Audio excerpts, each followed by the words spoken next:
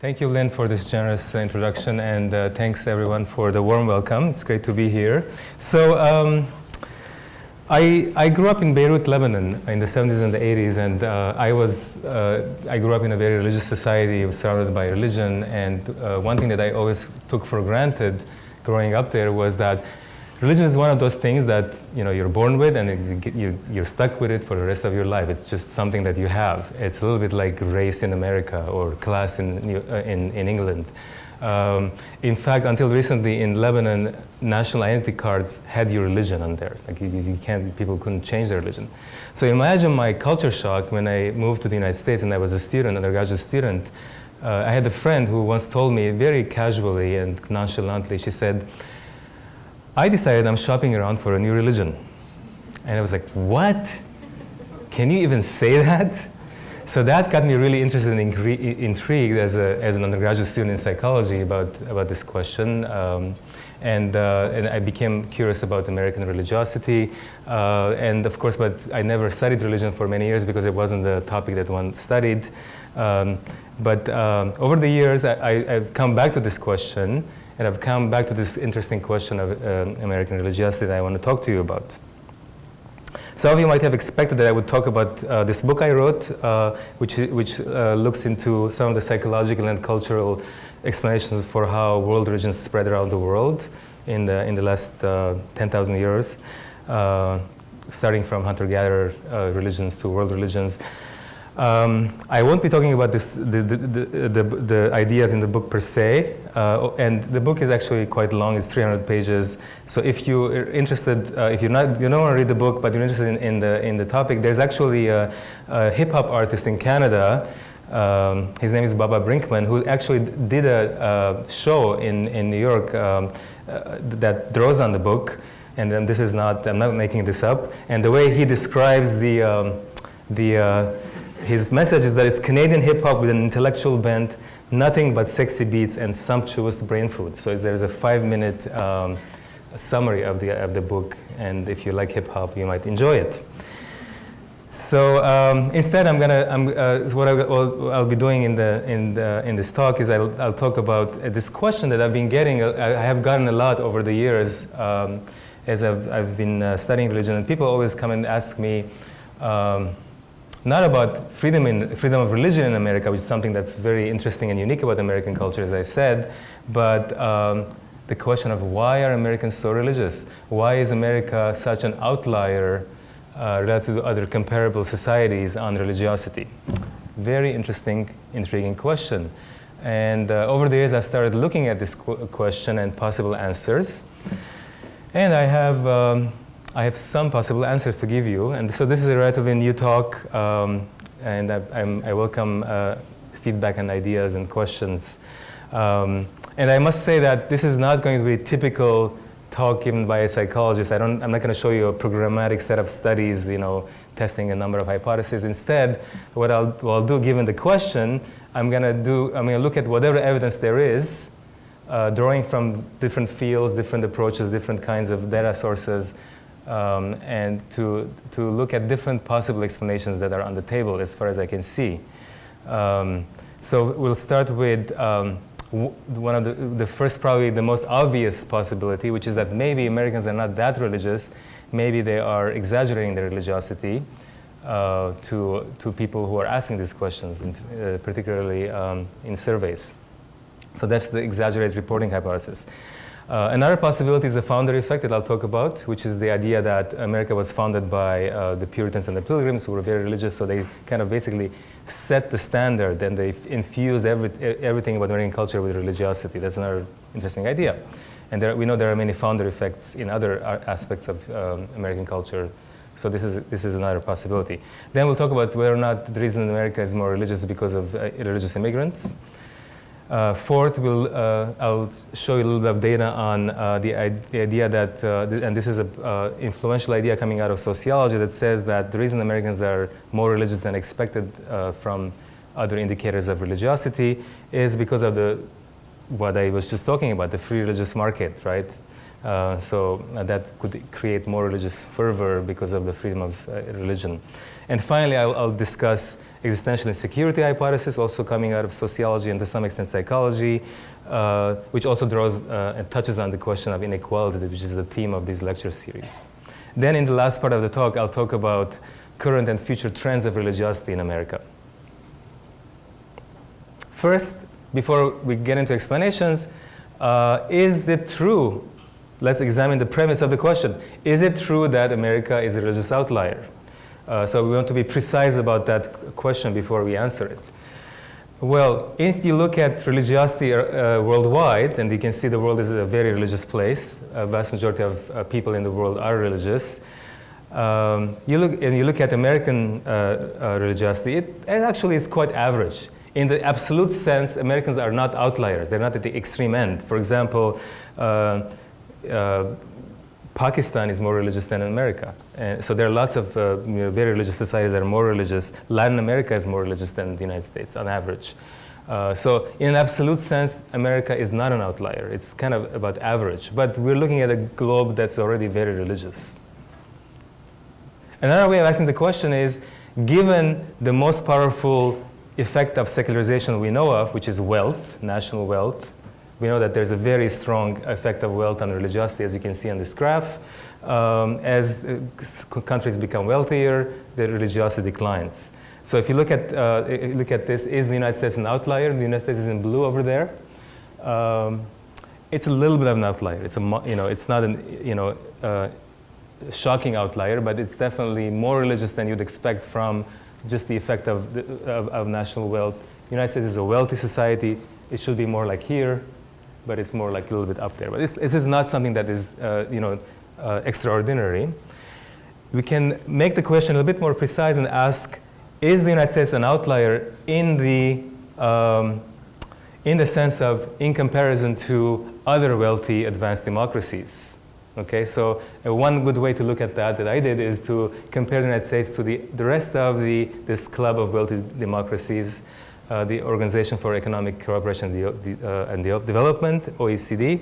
And here you can see clearly the US is an outlier, right? So compared to the kind of peer group of these countries, the United States is much more religious than it should be. So it's not on the regression line, right? It's an outlier in this sense. Here I have, I put Canada and the United Kingdom and the United States in blue because that's my next comparison. Because here we can narrow our question even more and say, well, let's pick two other countries that are in many ways very similar to the United States. So Canada, UK, and the US are kind of cousins, right? You have the same people establish all these three countries. They speak the same language. In the religious traditions, they seem in many ways similar. Canada and UK and USA, are especially similar to each other. They share a geography. They're both countries of immigrants. They have similar levels of wealth, okay, et cetera, et cetera. So in many ways, they are very similar. So give us a natural experiment to ask the question, is the US an outlier compared to UK and Canada? And the answer is yes, pretty clearly. So, and this doesn't it doesn't matter how you ask the question. So importance of religion, US Americans, compared to Canada, twice as many Americans say, in terms of percentages, say that religion is very important in their lives than Canadians, and UK is even less so. If you look at the question, this is a bit of a stronger question. The question that, in the second one is, do you think religion is necessary for morality? Can people be moral without religion? And about half of Americans say, no, you have to have religion to be a moral person. Whereas only 31% of Canadians say that, only 20% of British say that. If you look at attendance, same story, far higher rates of attendance in the US compared to Canada and the US. So yeah, and the UK, excuse me. So yes, in this more specific sense, the United States does look like an outlier. So then now we can ask the question, why would that be? Explanations. Let's start with the exaggeration hypothesis. So this is the idea that maybe privately Americans are not that religious, but because it's a norm, it's normative to be religious in America much more than in these other countries, they report more religiosity to researchers, survey researchers, etc. Now, one important caveat here is that if the exaggeration hypothesis is true, it's still interesting that Americans feel pressure to report more religiosity than, say, Canadians or UK. So that kind of, begs the question, why would they do that unless religion was important in the society? But nevertheless, it is a distinct possible hypothesis. So there are some ways of testing this idea. One way is to compare people's responses online. So for example, if you look at attendance levels, is a good way to ask this question. So if there's exaggeration going on, if you ask people to report religious attendance online compared to on a telephone interview, well, as we all know, in psychology, when people have the illusion of privacy, they are more likely to be open about their private beliefs, and when they think that when there is this sense of interacting with a human being, there's less a sense of, there's more of a sense of being monitored or being observed, so people become a bit more careful about what they report. So studies that have compared online versus telephone interviews actually do find a difference. And attendance does decline in American surveys when it's done online when it's done on the telephone. So with the illusion of more anonymity online, people say that they're less likely to attend. The effect is not gigantic, but it's there. Interestingly, just so that you know, there is no effect of telephone versus online questioning in Europe. So this tells you also something about the normativeness of religiosity in America. Another recent study that Will Gervais and his student did, who was now at the University of Kentucky, he came up with this very clever idea of getting at this question of whether or not there are closeted atheists in the United States. So when you ask, are you an atheist? This is another way of getting at the question of religiosity, of course. You get the percentage in the United States are much lower. The percentage of atheists who report that they're atheists is much lower than Canada, UK, or any other of the many of the other OECD countries. So he used this technique called the Unmatched Con Technique to see if he can get more people to report atheism. And the way you do this is it often comes from public health research. So if you want to get people to report things that are considered counter-normative, like I smoke crack cocaine, most people wouldn't admit that.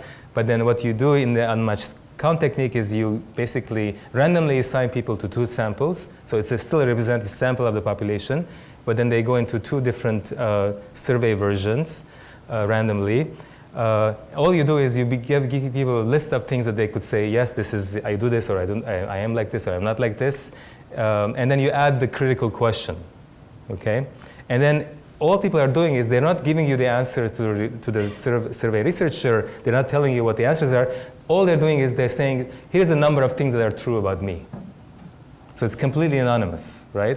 So if I'm in sample one, I look at I can drive a motorcycle. I say, yes, I drive a motorcycle. I exercise regularly. Yes, I exercise. So the answer, the answers I'm giving to the researcher is 2. Basically, both apply to me, right? In sample 2, there are 3 things. So if I said, so in sample 2, if my answer is 3, then that means that there's a gap here, right? And he basically replaced these kinds of health-related questions with I am an atheist. And he did find evidence of underreporting of atheism. In fact, there was about a 50% increase in this indirect way of asking the question compared to the original standard survey. Or another way of looking at it is that they estimated there's about 30% of closeted atheists in the United States. Now, the percentages to begin with are really small, so even though these effects look big, the absolute number of atheists is not still gigantic, right? So if 5% of Americans in standard survey say I'm an atheist, you're increasing it by about 2.5%, so you get 7.5%, okay? So it's not huge, but it's still there. It's really interesting that there is this effect. It could have not been this effect. So I think exaggeration is part of what's going on, but I still think that it's not the complete story. For one thing, these effects are not that big, and they're just not big enough to close the gap between the United States and these other comparison countries.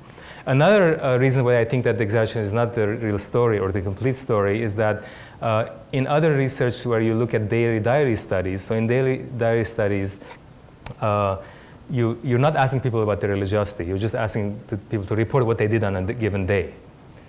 And then, so a lot of sociology is like that. And then you just basically look at, what people tell you, what they did on a given day. And then you look at, for example, if Christians said they went to a church on Sundays. So because it's not a question about religion, it's a more indirect measure. And there is no incentive to exaggerate religiosity to the researcher because they don't even know that you're interested in religion, right? They're reporting all kinds of behaviors or activities they did on a given day, and then the researchers infer attendance levels from that data. And there you still get much higher rates of religious attendance for Americans than, say, for Europeans. Another reason why I think exaggeration is not the full story is that it doesn't explain some other data about American attitudes that are strongly predicted by religiosity. One of them is anti-evolution attitudes. So Miller et al. Published a paper in 2006 where they surveyed people in 34 countries looking at anti-evolution attitudes. Here you can see the United States is at the bottom, almost at the bottom, meaning that one of the highest rates of anti-evolution attitudes in this sample. Whereas Britain is way up there, where people are much more open to evolution. And the reason this is, to me, interesting is because they also found that the strongest predictor of anti-evolution attitudes was religiosity, right? And here it's harder to argue that Americans are just exaggerating their religiosity because they're not even being asked about religiosity, it's about evolution. Another data like this, or evidence like this, is looking at distrust of atheists, something that I've been interested in over the years. And again, you get wide variability around the world on distrust of atheists. And again, we find that the strongest predictor of distrust of atheists is around the world is how basically belief in God. There's a very strong correlation. And this is particularly about the question of distrust of atheists in politics. So the question is, do we agree that politicians who do not believe in God are unfit for public office? United States is one of probably the few countries in the OECD where right now there is zero openly declared atheists in the Congress. None, right? But probably there are some who are in the closet and they don't want to come out. And again, here you see USA is much higher than Canada and UK on this measure, right? It's comparable to actual Mexico. Okay, so that's exaggeration. I think it's part of what's going on, but not the entire story. So what else is there? The other explanation that I have come across is the founder effect explanation. A lot of historians say this about the American religiosity. As you know the story, the United States was founded by Puritans and Pilgrims who were fleeing religious persecution in England, and they came to the U.S. and established all the main institutions and the governance and the political structure of the country. Now, the founder effects, of course, are really important. So one of the most prominent examples that we know of, for example, is the Culture of Honor work by Nisbet and Cohen, where they show that there's a very strong case to be made that the reason that the U.S. South has a stronger honor culture than the U.S. North is because of the Scotch-Irish settlers who settled the herding settlers who settled the South in much greater numbers, established all the cultural institutions of the South, and that has persisted for centuries. And there's even historical data to back this up. Places where there were more Scotch-Irish immigration in the South are even more cultures of honor than other parts of the South. So I think in general, I find founder effect explanation so compelling. So the question then is, does this also work with religion? I'll show you a couple of lines of evidence about this. So when I started looking at this, I thought this was one of the best explanations. But now I'm much more skeptical. I'm not sure if this is how far we can go with this. So if it is true that there are founder effects, you would expect that the region of the United States where the founders first settled, where they received this tradition, these ideas and these practices, the earliest, should have the strongest persistence of these of religious traditions and beliefs, right? That would be New England and possibly the 13 colonies. If you look at New England, you get the exact opposite. New England is the least religious region of the United States. In fact, Vermont, which is probably like the least religious state in the Union, has religious levels that are comparable to Western Europe. Okay, whereas the rest of the country is more religious, in particular the South. So this is in and of itself is not a compelling evidence for the founder effect. Another thing that's really interesting here is you can see that there's enormous variability of religiosity around the country. If you look at the 13 colonies, the evidence is a bit more mixed. The 13 colonies include New England, Virginia, but also Georgia. So there's a wide range of religiosity levels in the 13 colonies. It doesn't seem like it's anything special. It's not more overly religious or more religious than the rest of the country, which is what the founder effect would expect. Another way of looking at this question is the founders in themselves. So in fact, the most influential founders. In fact, there's a reason why it's called a founder effect, because often people, at least historians, argue that founder effects are often tied or go back to the actual influential personalities. So is it true that at least the framers of the Constitution were very religious? In fact, quite the opposite. There's evidence that they weren't that religious. So for example, Benjamin Franklin was a deist, which is just a shade away from being an atheist or not religious. John Adams was a Unitarian. As the joke goes, Unitarians are people who believe that at most there is one God. And then there's George Washington, and historians still debate after hundreds of years whether or not George Washington was religious. That tells you something, because it's not very hard to display religiosity, especially in 18th century America. And there's a striking indication that George Washington, in fact, wasn't religious. So, for example, he never attended church, as far as historians know. He didn't want to be ministered on his deathbed. And he even said certain things that a lot of Americans would disagree with today. So, for example, he said that he politely suggested that people can be moral without being religious. So these are all indications that maybe he wasn't that religious. Okay, so I'm not sure about the founder effect explanation. It doesn't seem to be working very well, although maybe if with other evidence, there could be other ways of salvaging that explanation. Let's move on to religious immigrants. Another idea that has been proposed by some is that the reason that America is overly religious is because of all the religious immigrants it gets. And it is true that disproportionately immigrants to America in recent times have coming from highly religious societies, particularly Latin America, particularly Mexico. Does that explain things? So Hispanics are over half of all immigrants in America.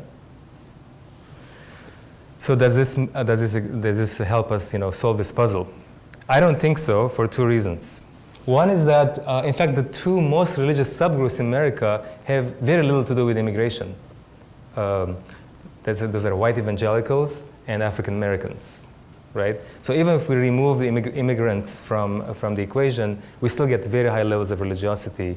And furthermore, in supporting this argument, if you look at surveys and you compare foreign-born Americans overall with native-born Americans, you don't get much differences. Sometimes I've seen surveys and there's a tiny bit of blip, a bit more religiosity among the immigrants, but it's nothing that could explain this gap. So it doesn't look like immigration is doing the job. What else? Now we're back to the religious market hypothesis, and this idea has been around for a while. It actually goes back all the way to Alexis de Tocqueville in Democracy in America. He said, he observed, the Americans combine the notion of religion and liberty so intimately in their minds that it is impossible to make them conceive of one without the other. So this is back to my experience when I was shocked when my friend in college said, I'm shopping around for religion. It's something uniquely American. And this is why you see a lot of scenes like this that you wouldn't see in other countries, where people really are very passionate about their religiosity or their choices, and they want to talk to you about it, and they want to convince you also about it. Okay, so how will we test this? And this is, I think there's a lot of support for this idea in some parts of sociology. Although, surprisingly, there's not a whole lot of, I haven't seen a lot of testing of this idea with data. So I hope you like data because I'm showing you a lot of data here. So here's how we looked at this in two different ways. One implication of this hypothesis is that, yes, we know that the American society cherishes religious freedom, and we know that American society is very religious. So on the face of it, it's a compelling idea. And the reasoning behind it, of course, is something like it's kind of an economic explanation. The idea is that when there is religious freedom in a society, different religious traditions or groups are competing for adherence, right? That's how they will have to survive. In the same way that companies have to compete to get consumers to buy their products. So this is basically an economic model of religiosity. It's actually something like a supply side economics theory of religion, right? So when there's competition, when there's freedom, there's competition. When there's competition, groups are competing. When they're competing, their product improves.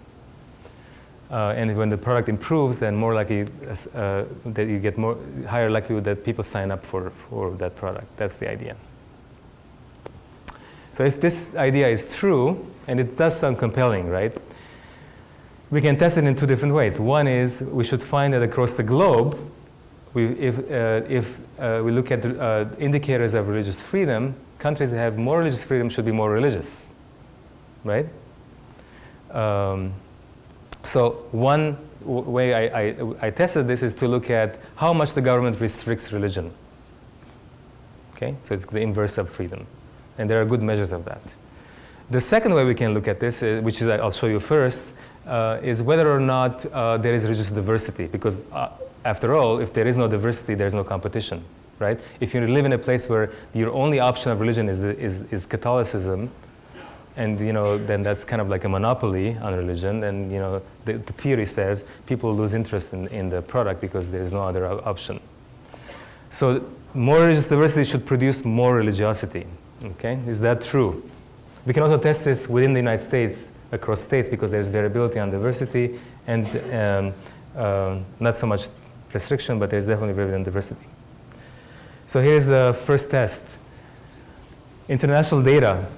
This is coming from the Pew Research Center, looking at on the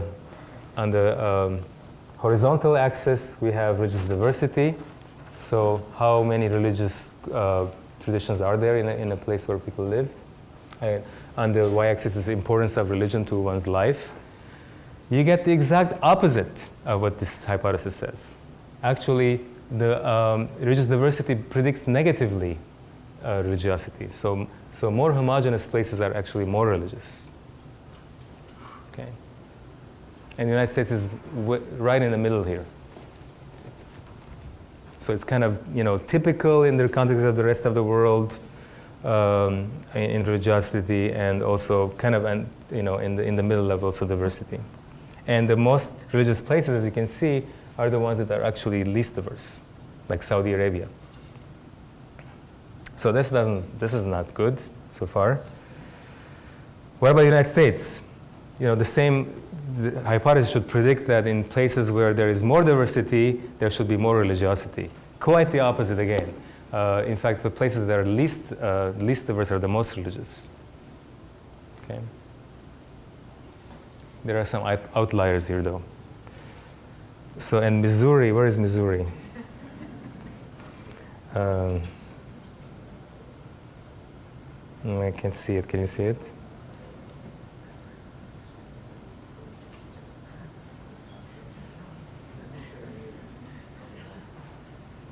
Okay. Moving along. I can't see it. Can you see where Missouri is? Okay. Maybe it's superimposed with another state. We're a flyover state. It's okay. No, it's not okay. It should be high. Okay. Yeah. Okay, we can come back to it if you're interested. Let me just show you the next graph, which is government restriction. And again, here, remember, if it's a free competition that's driving religiosity upwards in the United States, then the more, basically, the less restriction there is, the more religion there should be. Again, here you get, there's a weaker effect, but it goes in the opposite direction, okay? So actually, countries that have more restriction are more religious. So this doesn't seem at all to me that conforming to the free market hypothesis. Okay, next. So if the free market hypothesis is not delivering a good explanation, what else do we have? And the final explanation I will consider is the existential insecurity hypothesis, which says that actually what's wrong with the free market explanation is that it only considers the supply side of religion. It only looks at what is the product that people are getting from religion, so to speak. But the insecurity hypothesis says that, well, there is another reason why people flock to religion, which is if they want it, if there's a psychological need or demand for it. Whereas in the free market explanation, that's not even in the picture, right? So if religious levels are more importantly influenced by people wanting or not wanting religion, then there should be other factors that could influence that these needs. And and the idea here that has been advanced by some sociologists is that religiosity is going to be more prevalent in places where life is more unpredictable and where psychological control is harder to maintain. So in places where their lifespans are shorter, there's more poverty, social safety nets are weaker. All of these are conditions that create uncertainty. If you're not sure if you're going to have food tomorrow, if you're not sure if you get sick, you can get treatment for you or for your children. Then you need additional coping mechanisms. And one compelling one that human cultural evolution has discovered is a constellation of traits that we call religion. So this is another explanation. This predicts that it's not the freedom or restriction of religion or diversity of religion that predicts religiosity. It's these conditions that we can also measure, and we can measure them by a number of ways. So we can look at the amount of this suffering that these circumstances can create, but also we can look at inequality, because inequality is highly associated with these conditions as well. So when we regress inequality, religion against inequality, religiosity against inequality in international data, we get a pretty nice and strong correlation. The more unequal a country is economically, so this is the Gini coefficient on the horizontal axis, and importance of religion is on the vertical axis, you get a pretty nice effect of inequality on religion. And here, and to me this is really striking, is that the United States is no longer an outlier, right? So basically this also explains the religious levels in the United States. We also wanted to know if inequality predicts religiosity above and beyond wealth, which in this line of research has always been used as one of the first things you look at, because it has a very powerful effect on religiosity levels, and it does. So even controlling for GDP, so GDP, national GDP, controlling for purchasing power still has a very strong effect on religiosity. But above and beyond that, the Gini coefficient measuring in economic inequality also explains religiosity.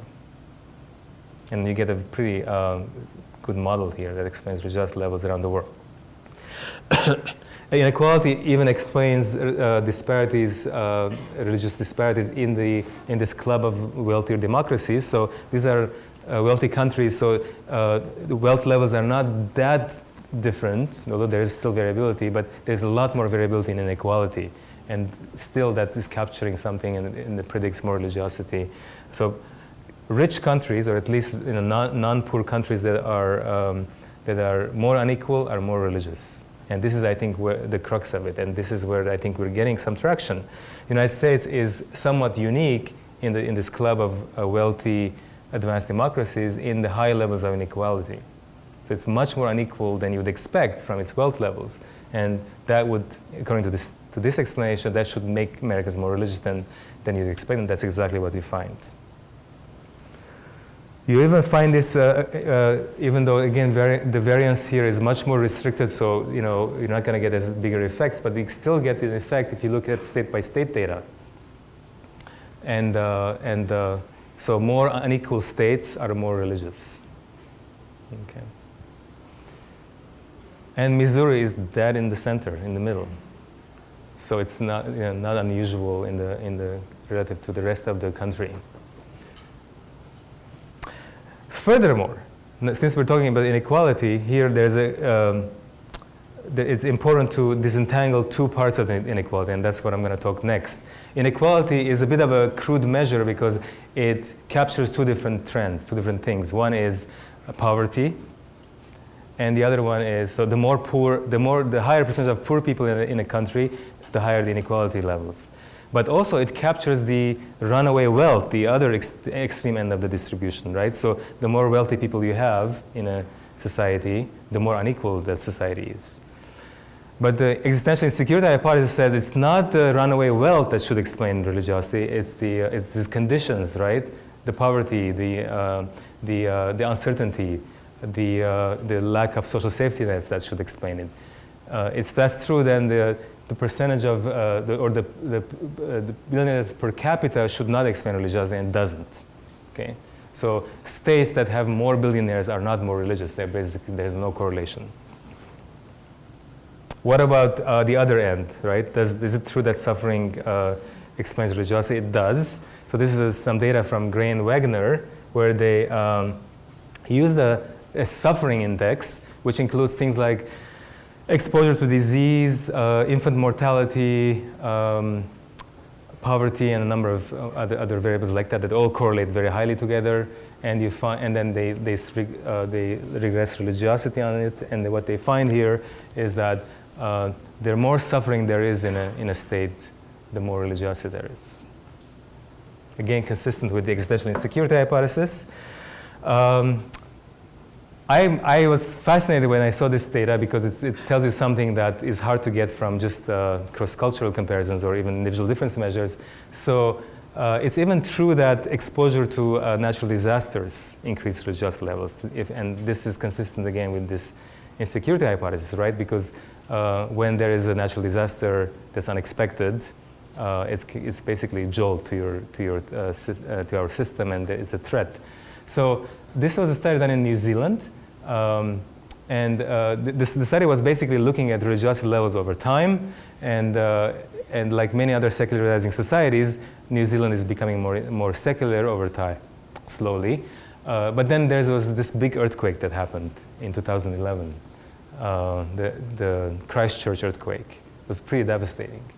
So the researchers, Chris Sibley and Joseph Bowie, had the chance of looking to see what happens to religiosity levels, when there's an earthquake. And what they found was there's a spike in religiosity, but only in Canterbury. That's the area where the earthquake happens. The rest of the New Zealand, basically secularization marched on. Okay, but in places in the area where people were directly affected by the earthquake, this secularization trend flipped.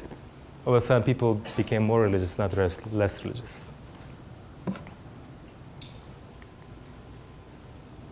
Then that led me to the next question, trying to really understand this explanation, which is that why, if it is true that religion is a way of coping in difficult and harsh circumstances, what is it that religion gives people that allows them to cope, right? What is it about it that makes people cope better? And this is a complex question. There are probably many answers, but one of the answers that I found really compelling, that I'll talk about very briefly here, is meaning of life. And you all know the work of Laura King on meaning of life as a core motivation. And we and others and many of us have always found that there's this very strong correlation between meaning of life and religiosity.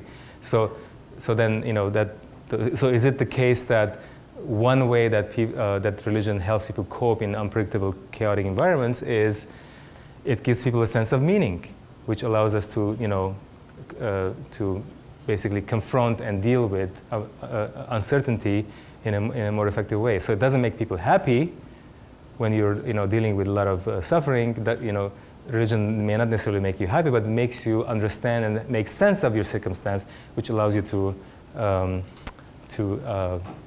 cope more effectively. Or as Ricky Gervais said, atheism is a worldview like not skiing is a hobby. So there is something about atheism that doesn't seem to give the kinds of benefits that religion gives. Although, in cultural evolution, you can always think of, maybe someday it will. But, so far when we look at it, it doesn't look like you get this, even though there are other domains of life, of course, where people can draw meaning from.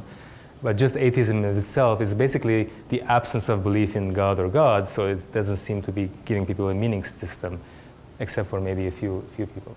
Okay, so when I was thinking along these lines, all of a sudden I saw this, this very nice study that tested this idea. And so this is work from Shigeo Ishii at Dinner, where they looked at cross-cultural data, where they compared country-level meaning, and here's what they found. Well, here's the interesting thing that you find that we all know, which is that richer countries report higher subjective well-being, higher happiness than poorer countries. So they found that in this data, in this Gallup data. But then they also showed something that is somewhat more unexpected, which is that you get the exact opposite with meaning.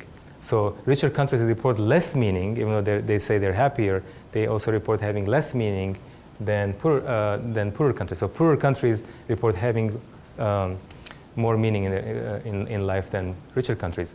Then they wanted to know why, and they found that the best explanation for that was religiosity. So poorer countries are more religious. Religious people report more meaning, which explains this graph. Then they basically did some mediation analysis showing that wealth predicts religiosity negatively, so more poverty increases religiosity levels. We know that already. We've seen a lot of evidence. But then religiosity increases meaning of life, which then has all kinds of downstream consequences, like, for example, it reduces suicide rates. This also explains another interesting, somewhat of a puzzle, which is that suicide rates are higher in richer countries than poorer countries. Okay, so it seems to me that the existential insecurity hypothesis, to wrap things up a bit here, is so far has passed many of these tests much better than the other explanations, along with the exaggeration hypothesis, which I think is also part of what's going on. So now let's, as I'm wrapping things up, let's talk about future projections and future trends. And here, it's interesting because maybe I should have refrained my talk in the beginning and say that, well, even though I think that, yes, it is true that American religiosity is something to be explained, but maybe we don't have to explain it anymore because we're just getting recent data. This is very recent, showing that actually, after a long period of not seeing this evidence, we are now starting to see some evidence of secularization. Here is data from US and Canada looking at the percentage of people who say, I don't have a religion. These are the religious nuns, okay? as the sociologists call them. In the 1970s, less than 5% of Americans and Canadians said that they had no religion. Pretty much, everyone reported some religion. But then there was a gradual change, and by 2010, now almost a quarter of Canadians and 20% of Americans say, I don't have a religion. Quite a massive change. Okay. So there is secularization going on in America after all. And another thing that's really striking is this secularization is the most striking among millennials. So this is data from Jean Twenge that looked at generational changes in religiosity. And as an example, so the different lines here plot religiosity levels, percent of people who identify as religious nuns. Again, very low in the 60s and 70s. There's a spike here, maybe that was the 60s, and then goes down again, and then there's a steady decline here, increase here. So, for example, look at college-age Americans. In 1980, or 82 or something, 88% said they have no religion. It has skyrocketed to almost 26% in 2010, 2012.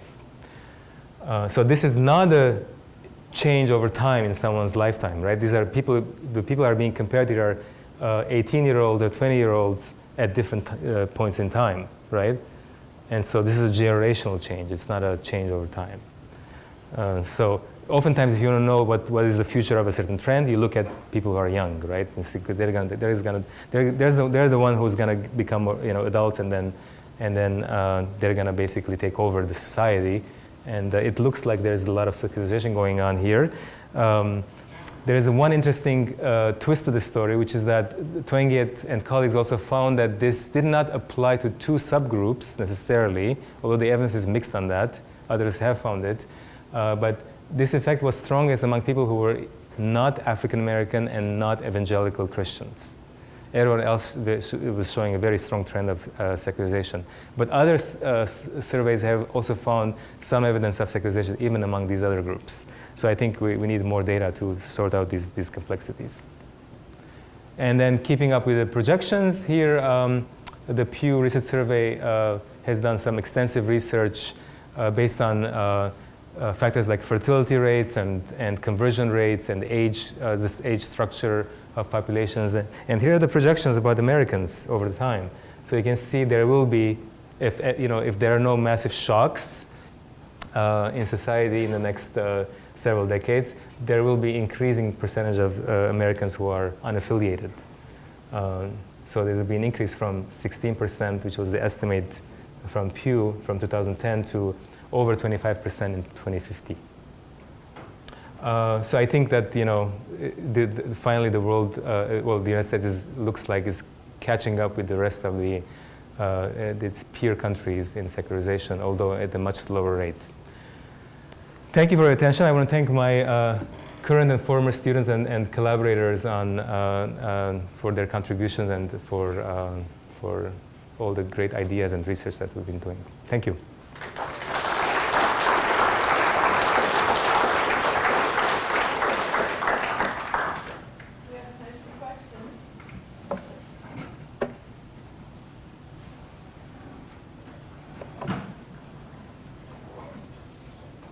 Yeah. I wondered how these surveys deal with people going to religious rituals for social and ethnic reasons to maintain contact with their people. I come from a Jewish family, and if I answered one of these surveys, I would have to choose between atheist, Jewish, agnostic, or something. Wouldn't necessarily, and the term religion isn't necessarily only associated with belief. It may be associated with the ethnic part of it or the social group part of it. Yeah, a great question. We were talking about this earlier. And for some subgroups, actually, I come from background like that. I'm nominally, I grew up in the Armenian Orthodox Church, Eastern Orthodox, where it's like that. It's like being Jewish. It's like it's part of the culture to go to this church, and you don't have to believe in anything necessarily. People may not even ask you anything about your beliefs. So what the researchers do in this kinds of research, you can ask questions in different ways and then see what people say. So there's no one single answer. But for example, in Jewish populations, you get people saying I'm Jewish, but then you ask them, do you believe in God, and they say no. So you have to kind of take that into account, right? Especially in these populations where people are culturally affiliated with religion. A lot of Scandinavians are like that. They report being cultural Christians, but they don't believe in the dogma necessarily. So it's something that people know about it, and they do consider that in the explanations. Yeah. I wonder if, curious to get your thoughts, if in America there's more community-based religious activity or church-based activity than religious compared to some of these other countries. But I think of these big churches, and they all have youth groups. And right. They all have various community things. I'm wondering if, and I've heard people, I say, one of the for a church where you meet people, those types of things. I don't know, I wonder if that plays a part in any of this. Certainly, I mean, there is a social component of affiliating, which is very important, and there's a large literature on that. I don't think that's unique to Americans, but people go to church for a variety of reasons, not just faith, but because it's a place where you can find marriage partners, it's a place where you swap, babysitting or childcare with other parents, social support for times of difficulty, economic help sometimes, so there are a lot of reasons, social reasons, that also drive people into religion. So yeah, so for people who are embedded in these kinds of communities, there are a lot of costs to leave religion, right?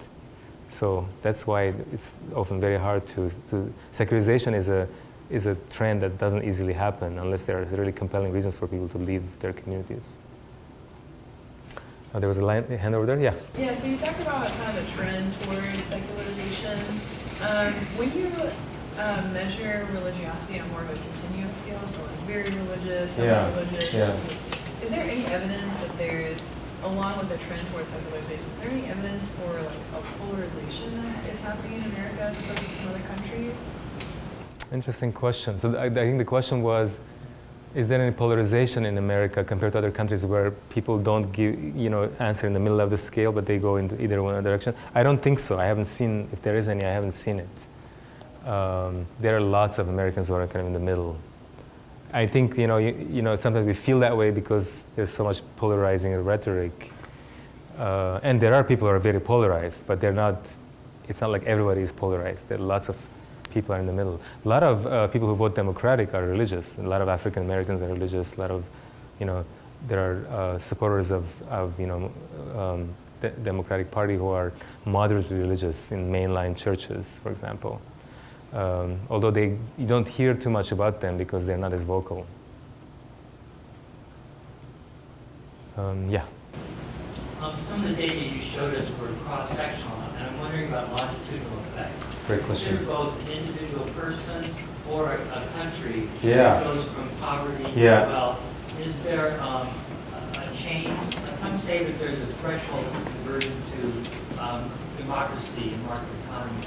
Right. It occurs at a threshold of whatever it is, 8,000 people per capita. Great question, and I believe I have a slide that might answer your question if I can find it.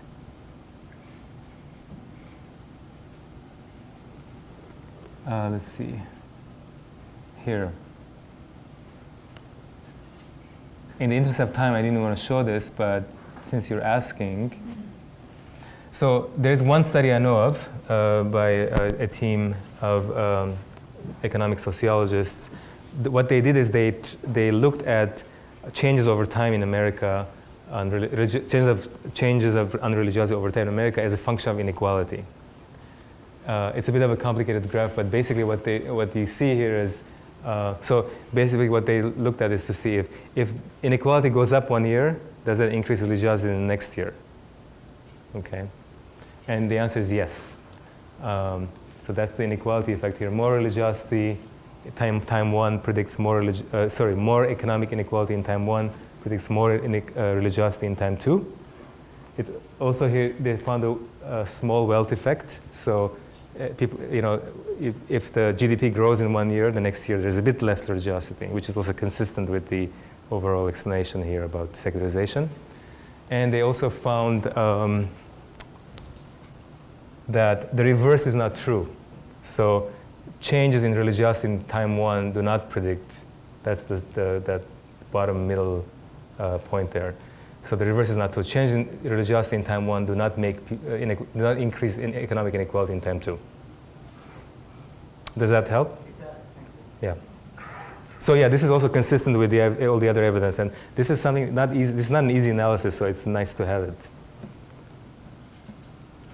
I'm wondering if you gave short shrift to the founder effect? A lot of people say that, so I'd like to hear your thoughts on what you think.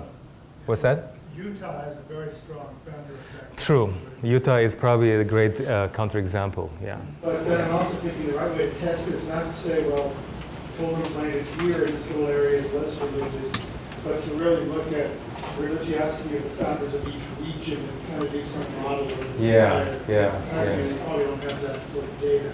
Yeah, I'd love to, if someone can do that, I'd love to see that data, because I wouldn't be able to do it, it's not my expertise. But yeah, something like, if you get historical data, like church attendance levels historically, and then see if that we can predict current levels of religiosity from that. But you had a graph up there where Utah was a big outlier. Yeah, where was that? Of course, that was Brigham Young. Right, Utah is a bit of an odd state because of the Mormon influence. I don't know if, did I have it here? Here it's a bit of an outlier, you're right. There was a map with dark blue states being most religious. Here also, pretty far from the regression. And then I showed you, I guess this is what you mean here. Yeah, Utah is a very religious society, a state. And there is I think the most compelling explanation for that is this founder explanation. I actually really like founder effect explanations. So I was disappointed when, In Mississippi came from religious communities. But actually, in that case, yeah. I bet it's So maybe it's a different, history effect that explains it. I mean, perhaps there's a different version of the founder effect. It can't, it's somehow I can't see how the Pilgrim's explanation will work, the Puritans or the Pilgrims, because then there's unless micro data might support that if we have better data. Maybe there's a different founder effect explanation for like the U.S. South, because that's the most the U.S. South is the most religious part of the country, right?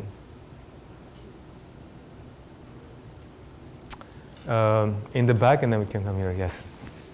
I once heard Richard Dawkins give a talk in which he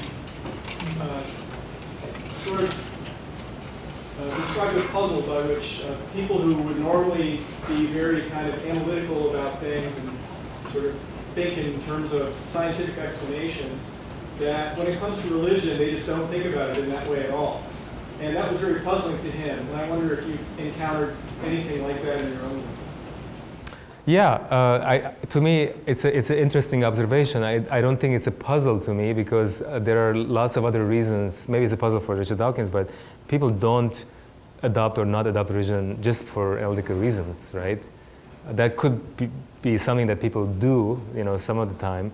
But to me, as far as I can see, when I look at data on this, the strongest predictor of whether or not people are religious is cultural transmission. If you were raised religious or you're surrounded by religion, you're religious, even if you're a very analytic person. Although we do find effects of analytic tendencies, so like individual differences. If we measure individual differences on analytic tendencies, that does predict religiosity inversely, right? More analytic people are less religious. So, but it's a small effect. It's reliable. We get it most of the time. It's reliable. But all that says to you is that if you grew up in a very religious society, you're still religious, but you might be a little bit less religious if you're an analytic type, right? We also find that intuitiveness predicts more religiosity in the opposite direction, so yeah. So I think there's a cultural learning story that's really important in predicting religiosity. And there's also motivational factors that are really important, as I was kind of getting at with the extension insecurity explanation. So, people turn to religion also because of a variety of motivational reasons, right? Not just because it makes sense to them or if they think through it and they want to know they have answers or explanations. Yeah. You touched on this a little bit in your discussion of free religious genetics. Free I was genetics. wondering about the future trends of religious nuns or Yeah. the religiously unaffiliated. And I was wondering if perhaps some of that could be due to the rise of religious plurality, or perhaps people who think of themselves as spiritual but not religious. Totally. I'm glad you asked that question. I should have said this. I didn't say it when I was showing you that slide, is that the religious nuns are an interesting group, and we're starting to study them, and we find that, as you suspect, many of them say, I'm not religious, I don't have they're very adamant about it. They say, I don't have religion, but many of them say, but I'm spiritual. So we call these the spiritual but not religious. They're growing, again, they're also growing a lot. We like to call them snowflakes because everyone is unique, right? Because there's this sense of like, I want to pick and choose what I believe, right? So we find that there's a high belief there are lots of paranormal beliefs that are popular. Where I live in Vancouver, this is a very popular, I have lots of friends who are spiritual and religious. So yoga studios, if you go to yoga studios, you'll find a lot of spiritual but not religious people. Crystals, healing crystals, eco-spirituality. So it's not like as people abandon religion, they become atheists. Some of them do, but a lot of them turn into spirituality. So a lot of gurus out there also cater to this movement, like Deepak Chopra, Oprah Winfrey, Eckhart Tolle, etc. It's very interesting, and we're trying to understand more about this. What is this all about? Because there's very little research on it. Great question. Yeah, you were talking earlier about, I guess about the future of it. In your last slide, you're showing these secular trends. Do you think that will just continue, and that you'll have full sort of dissolution of organized religion over time, actually, or is that even possible? Well, that's what sort of has happened. Yeah, great question. That's sort of what has happened in Western and Northern Europe, right? But there's no guarantee that it will happen everywhere. In fact, it's not happening. Just to give context, it looks like it's happening in North America, Canada, U.S. It already has happened in Europe, Australia, New Zealand. But in many parts of the world with very high populations, large populations, it's not happening. It's not happening in Latin America. There's no secularization in Latin America. There's no secularization in Africa, South Asia. In China, if anything, there is growth of religion, even though you're starting from a low base because of history of communism, but there's religious movements that are doing extremely well in China. So it's a complex story of geography. Then there's a second kind of partial answer to your question, which is, all these trends, all we can do is look at them over time, and there are gradual changes. But what if there's a big shock, to the system? Think about that earthquake study I showed you, right? What if there was a massive earthquake, or, with climate change, there could be lots of catastrophic events that could spike up religiosity back. So yeah, I don't want to sound like this is it. Americans are secularizing. That it definitely is going in that direction, but there could be unexpected events that could reverse it. Yeah, here. And then. Yeah. So do you know why? Is there any research or studies on why millennials are tending to go into the no religion category? Is there any research out right now that would shed some light on that? Does it have anything to do with internet as being a catalyst for that? Great, excellent question. And I don't know a whole lot of research on that. I think researchers just recently, it dawned on researchers only recently that this is happening, even though it seems like it has been happening for a while now, but the trend is really clear now. Why is it that, why did it take so long? Is it social media? Is it, I don't know, what are the changes? Great question. I don't have a great answer to you, but it's something that we want to know more about. But you can see that even the previous generation of millennials was less religious than their parents who were at that same age. So I don't think it's unique to this generation. I think that it's been happening over time. So maybe that could help us. But yeah, great question. Over here. I was wondering if there's any studies, or have you come across any studies that looks at race and religion? Sorry, can you say it again? So I was wondering if you have come across any studies that looks at race and religion. Race and religion. The interaction between race and religion. I don't know if you have read the Book of Mormon, the Lamanites and Nephites and stuff like that. So the explanation of why, how religion race plays a role in sort of. You mean racial identification? Racial identification. And then also, related question is what you said that the African American community is not becoming secular at the same rate as other. No, I said we don't know yet. I said we're not sure yet. There's mixed evidence on that. Yeah. Right. So could it be because of the inequality in African American community? It could be. It could be that there's mixed evidence because maybe some African Americans who are also secularizing at a higher rate because they're, I wonder if, for example, middle class African Americans are secularizing more than, say, working class African Americans. But I don't know enough about that data, and there's still kind of, that's work in progress. About racial identification and religion, do you have any ideas or questions about it? Have you come across any Nothing too profound. And people do look at racial identification as a predictor of religiosity. So in America, you find that African Americans are quite religious. There's a long history of religion, Christian churches, Baptist churches. Also, another interesting thing about the African American religion is that it's always been part of the civil rights movement, right? So many African American communities see their churches as a place to mobilize people for civil rights, which is very different political connection to religion than, say, evangelical Christians, and they have different agendas, or Catholics, etc. So there's some work on that. Yeah. Yeah, maybe this is obvious that you mentioned, but so within society, within countries, is income or education clearly both predict? There is an effect of income and education on religiosity. Which is more?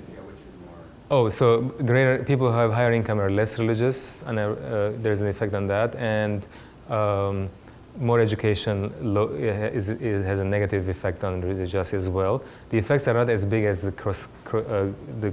aggregate level, cross-country level. And they're not. You don't always get them, but if you get them, they're in that direction: more income, less religion, and more education, less religion. Okay. Sorry, you had a question. Okay. You compared Canada, the U.S., and UK. And I'd ask the question this way. Yeah. Here's a cross-section of middle of the U.S. And for some reason, all of us decided to come and find out about this. Okay. Would the reasons be the same in the U.S. and Canada and the UK? You mean interest in understanding religion, or? Okay, that's an interesting question. Are the motivations different if you're being interested in religion? Is that the question? Are they motivated to learn about it from different perspectives? I don't know. Do you have any thoughts on that? Well, not really in that sense, other than the fact that a lot of us are very curious about what's happening in religion. Yeah. And if it's going up or down, what Right. motivates people and so on. I'm just curious. Yeah, and I mean, all I could say is that to be intellectually curious about religion, you probably have to have some distance from religion. Probably, I'm not entirely sure, but to treat it as something to explain and understand, as opposed to experience it, right? Although, just because someone is very religious doesn't mean they can't do this, and there are many researchers who are themselves religious. If you're a musician, you can experience and produce music, but you can also try to explain music, maybe that's a good analogy. But I don't know if there are any cultural differences on this. It's a good question, I don't know. Okay, in the back, over there. Yeah, so you show data from all these different countries. I'm wondering if, which type of religion they have has any effect on how high they endorse religion on these on the scales that you're using. You mean like the tradition or the? Yeah, like either Muslim or Christian, or I wonder if that has an effect on how they endorse those scales. So, do you have a specific result in mind? Or no, I'm just curious because, I wonder if maybe Islamic countries or if Christian countries would just have differences in Yeah. how much they view religiosity in their daily life. Okay. So are you asking if the trends that I showed you would be different if we look at different religious groups? Yeah. So in the analysis I showed you, that would be a hard analysis to do because that would really restrict our sample sizes, right? So if you want to know, although people have done it, but there are some limitations to what you can get out of that. So for example, speaking of secularization, again, I said it's a story of geography because if you look at primarily Muslim societies, you don't see any secularization. There's no secularization going on. So all these theories of secularization that say wealth should have an effect on religion, you go to places like Middle East, it doesn't seem that it's happening. Maybe it will happen eventually. Maybe there's a time lag, just like it happened in the United States. Maybe it will happen there too, but so far I haven't seen any evidence of it. But that's not unique to Islam. There's also very little secularization going on in Latin America, which is primarily Catholic. But it is happening massively in Europe, both Protestant countries and Catholic countries.